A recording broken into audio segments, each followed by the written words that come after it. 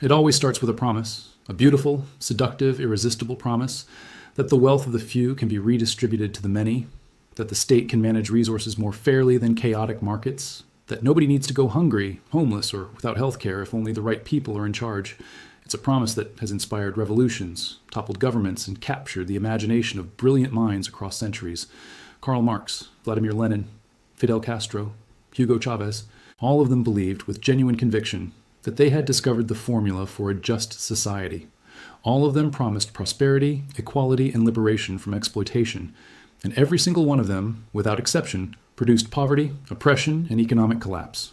Not because they were uniquely evil, not because their followers were uniquely stupid, but because the system they built violates laws more fundamental than any political ideology, the laws of economics. And economics, unlike politics, doesn't care about your intentions. It only responds to incentives.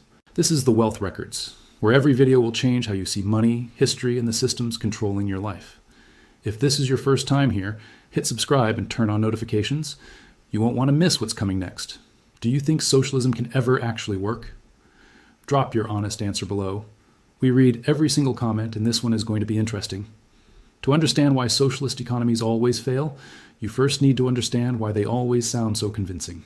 Because the appeal of socialism isn't irrational, it's deeply human.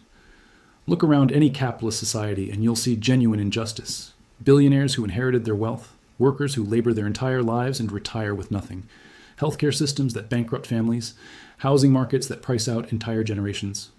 These are real problems, and socialism offers a real-sounding solution. Take the excess from those who have too much. Give it to those who have too little. Use the power of the state to ensure that basic needs are met for everyone. Who could argue with that? The answer, it turns out, is reality itself. Because the problem with socialism isn't its goals. The goals are often admirable. The problem is its mechanism, the way it tries to achieve those goals.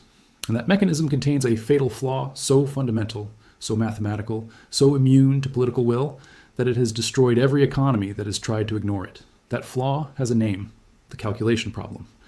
And understanding it is the key to understanding why socialism's 100% failure rate is not a coincidence. The calculation problem, why central planning always fails.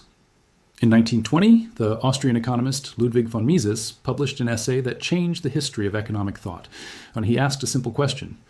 How does a socialist economy decide what to produce? In a market economy, the answer is prices. Prices carry information. When the price of something rises, it signals that demand is high or supply is low. Producers respond by making more. When prices fall, it signals oversupply. Producers respond by making less. Millions of individual decisions, made by millions of individual people pursuing their own interests, are constantly coordinating through the price system to allocate resources efficiently. Nobody plans it. Nobody controls it. It emerges spontaneously from the interaction of buyers and sellers. Mises pointed out that a socialist economy eliminates this mechanism. When the state owns all the means of production, when there are no private buyers and sellers negotiating prices, the price signals disappear. And without price signals, there's no way to calculate whether resources are being used efficiently. No way to know whether it makes more sense to build a hospital or a factory, whether to plant wheat or corn, whether to invest in steel or aluminum. Without prices, economic calculation becomes impossible. The state is flying blind. And when you fly blind with an entire economy, you crash. Friedrich Hayek, Mises's intellectual partner, an eventual Nobel Prize winner, extended this argument further. He pointed out that the information needed to run an economy efficiently is not just complex, it is dispersed. It exists in millions of individual minds, in local knowledge, that no central authority can ever fully access or process. The farmer knows his soil, the merchant knows his customers, the engineer knows his tools. This knowledge cannot be collected, centralized, and processed by any government bureaucracy, no matter how large or sophisticated. The market, through prices, aggregates this dispersed knowledge automatically. Socialism destroys that aggregation mechanism and replaces it with bureaucratic guessing. And bureaucratic guessing, no matter how well-intentioned, always produces the same result. Shortages of things people need, surpluses of things nobody wants, and an economy that produces less and less value with more and more effort. This isn't ideology, it's information theory, and every socialist economy in history has proven it correct. The Soviet Union, the largest economic experiment in history, the Soviet Union was the most ambitious attempt to build a socialist economy the world has ever seen. For over 70 years, the Soviet state controlled every factory, every farm, every mine, every shop. Central planners in Moscow decided what to produce, how much to produce, and how to distribute it across 11 time zones and 300 million people. At its peak, the Soviet planning apparatus employed hundreds of thousands of bureaucrats attempting to manage an economy of staggering complexity. They produced 5-year plans of breathtaking detail. They built massive industrial complexes. They launched the first satellite into space. They educated an entire population. And for a while, the numbers looked impressive. Soviet GDP grew rapidly through the 1950s and 1960s. Western observers worried that the USSR might actually overtake the capitalist world economically. But beneath the impressive statistics, the calculation problem was doing its silent, inevitable work.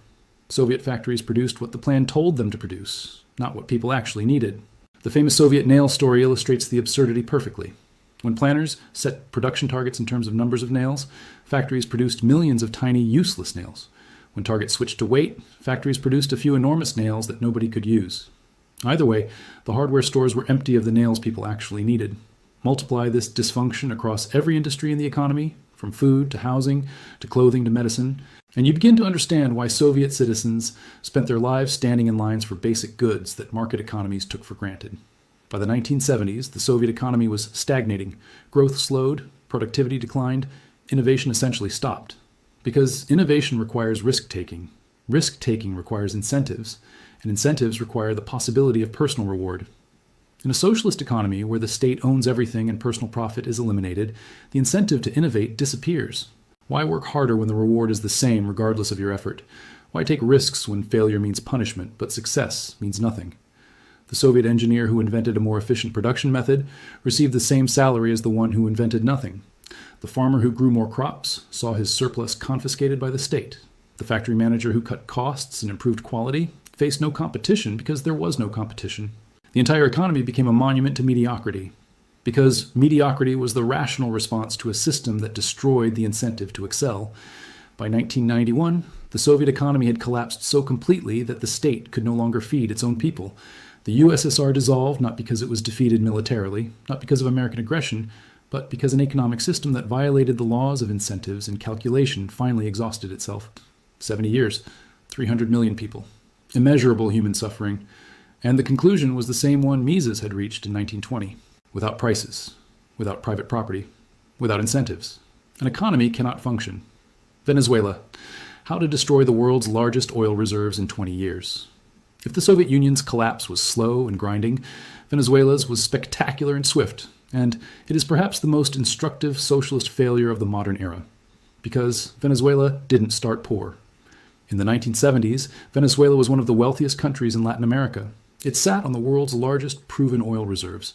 Its cities were modern. Its middle class was growing. Its future seemed bright. Then came Hugo Chavez. Elected in 1999 on a platform of socialist revolution, Chavez nationalized industries, seized private farms, imposed price controls, and used oil revenues to fund massive social programs. In the short term, it looked like it was working. Oil prices were high, money flowed, poverty rates fell. Chavez was celebrated internationally as proof that socialism could deliver prosperity, but beneath the oil-funded boom, the calculation problem was running its inevitable course. Price controls made it unprofitable to produce basic goods. Farmers stopped farming because the state set food prices below the cost of production. Businesses closed because the state set selling prices below the cost of manufacturing. Shortages appeared, first of luxury goods, then of basic staples, then of medicine, then of everything. When oil prices collapsed in 2014, the illusion ended. Venezuela's economy, hollowed out by 2 decades of socialist mismanagement, had no foundation left. Inflation exploded. By 2018, it had reached over $1,000%, 1 million percent. A cup of coffee that cost 2 bolivars in 2012 cost 2 million bolivars by 2019. Families carried cash in wheelbarrows to buy bread. Doctors and engineers fled to Colombia, Peru, and Chile. Hospitals ran out of basic medicines. Children died from diseases that had been eradicated decades earlier. An entire generation was sacrificed on the altar of an ideology that promised them everything and delivered nothing. Today, over 7 million Venezuelans have fled their country. The largest refugee crisis in Latin American history, caused not by war, not by natural disaster, but by socialism. Cuba, the longest-running economic prison. Cuba offers a different kind of lesson. Because Cuba didn't collapse dramatically like Venezuela, it simply stopped, frozen in time. An economy preserved like an insect in amber, a monument to what happens when a socialist system is maintained by force long after its failures are undeniable. When Fidel Castro took power in 1959, Cuba was one of the more prosperous countries in the Caribbean. By the 1980s, it was dependent on Soviet subsidies to survive. When the Soviet Union collapsed and those subsidies disappeared, Cuba entered what Castro called the special period, a euphemism for a humanitarian catastrophe. Food rations dropped to starvation levels. Electricity was available only a few hours a day. Cubans lost an average of 20 pounds of body weight. The economy shrank by 35% in 3 years. And yet, instead of reforming, the Castro regime doubled down, tightening controls, imprisoning dissidents, blaming America. Today, 65 years after the revolution, Cuba remains one of the poorest countries in the Western Hemisphere. Its doctors are world-class, but its hospitals have no medicine. Its education system is excellent, but its graduates have nowhere to work. Its people are resourceful and talented, but trapped in an economic system that punishes productivity and rewards compliance. The average Cuban state salary is the equivalent of around $20 per month. $20 in a country where basic goods cost the same as they do in Miami. The calculation problem doesn't care how passionate the revolution was. It doesn't care how sincere the ideology is. It produces the same result every time. Poverty, shortages, stagnation, China's confession. Perhaps the most powerful evidence that socialism doesn't work came not from its critics, but from its most important practitioner. In 1978, after the catastrophic failures of Mao Zedong's socialist policies had killed tens of millions in famines and economic collapse, China's new leader, Deng Xiaoping, made a decision that implicitly admitted everything the critics had been saying. He introduced market reforms. He allowed private property. He permitted entrepreneurs to keep profits. He invited foreign investment. He reintroduced prices. In other words, he abandoned socialism, not officially, not rhetorically. China still calls itself a socialist state. But economically, the reforms Deng introduced were a direct repudiation of socialist calculation. And the results were immediate and dramatic. China's economy grew at nearly 10% per year for 3 decades. Hundreds of millions were lifted out of poverty. The fastest and largest reduction in human poverty in history, achieved not by more socialism, but by less, by reintroducing the market mechanisms that socialism had destroyed. China's story is often cited by socialist defenders as proof that socialism can work. It is actually proof of the opposite. China's success began the moment it moved away from socialist planning toward market economics. The lesson is unmistakable. Markets work. Planning doesn't. Even the Chinese Communist Party, after enough suffering, was forced to admit it. North Korea versus South Korea, the perfect natural experiment. If you want the clearest possible proof that socialism destroys economies, look at the Korean peninsula. In 1945, Korea was divided into 2 halves, North and South. Same people, same culture, same language, same history, same starting point. One half adopted capitalism, the other adopted socialism.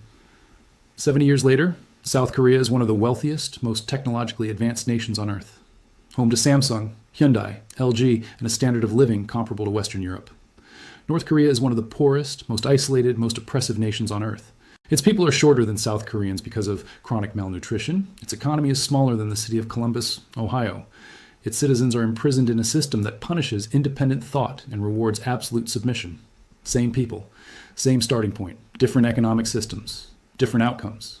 The contrast is so stark, so complete, so undeniable that it functions as a controlled experiment in economic systems. And the result of that experiment has been clear for decades. Capitalism creates wealth, socialism destroys it, the modern warning. Now here's where the story gets uncomfortable for Western audiences, because socialist economies don't only fail in Venezuela or North Korea, they fail anywhere. The core mechanisms of socialism, price controls, elimination of incentives, excessive state control, and spending beyond productive capacity are applied. And those mechanisms are being applied in varying degrees across the Western world right now. France spends 57% of its GDP through the state, more than any other major economy. Its pension system is mathematically insolvent. Its labor laws have created mass youth unemployment, and its government has not balanced its budget in 50 years. These aren't the symptoms of a healthy market economy. They're the early symptoms of the same disease that destroyed Venezuela, just slower, more comfortable, cushioned by decades of accumulated wealth and the safety net of the euro. But the trajectory is the same. Spend beyond your means. Borrow to cover the gap. Use the state to manage what markets should manage. And eventually, run out of other people's money. Margaret Thatcher understood this perfectly. The problem with socialism, she said, is that you eventually run out of other people's money. It's the most concise summary of the calculation problem ever written. And it applies not just to Venezuela or Cuba or the Soviet Union. It applies to every government that believes it can indefinitely spend more than it produces. The timeline varies. The destination doesn't. The uncomfortable truth? So here is the uncomfortable truth that the history of socialism forces us to confront. The failure of socialist economies is not about bad luck, not about sabotage by enemies, not about insufficient commitment to the ideology. It is structural, mathematical, inevitable. Every socialist economy fails because it eliminates the price mechanism that coordinates economic activity, because it destroys the incentives that drive productivity and innovation, because it concentrates power in the state and then discovers that state power corrupts absolutely, because it replaces the dispersed wisdom of millions of free individuals with the centralized guessing of a political elite. And because human nature, the desire to keep the fruits of your own labor, to be rewarded for your own effort, to make your own choices, cannot be abolished by ideology. It can be suppressed for a while, at enormous human cost, but it always reasserts itself. The Venezuelan farmers who stopped farming, the Cuban doctors who fled to Miami. All of them were responding rationally to a system that had destroyed the connection between effort and reward. They weren't failures of character. They were rational responses to broken incentives. And broken incentives always produce broken economies. The lesson of history is consistent across cultures, continents, and centuries. Economies that respect private property, price signals, and individual incentives generate wealth. Economies that abolish these things destroy it. Not always immediately, not always dramatically, but always, without exception. The mathematics are not cruel. They are simply indifferent.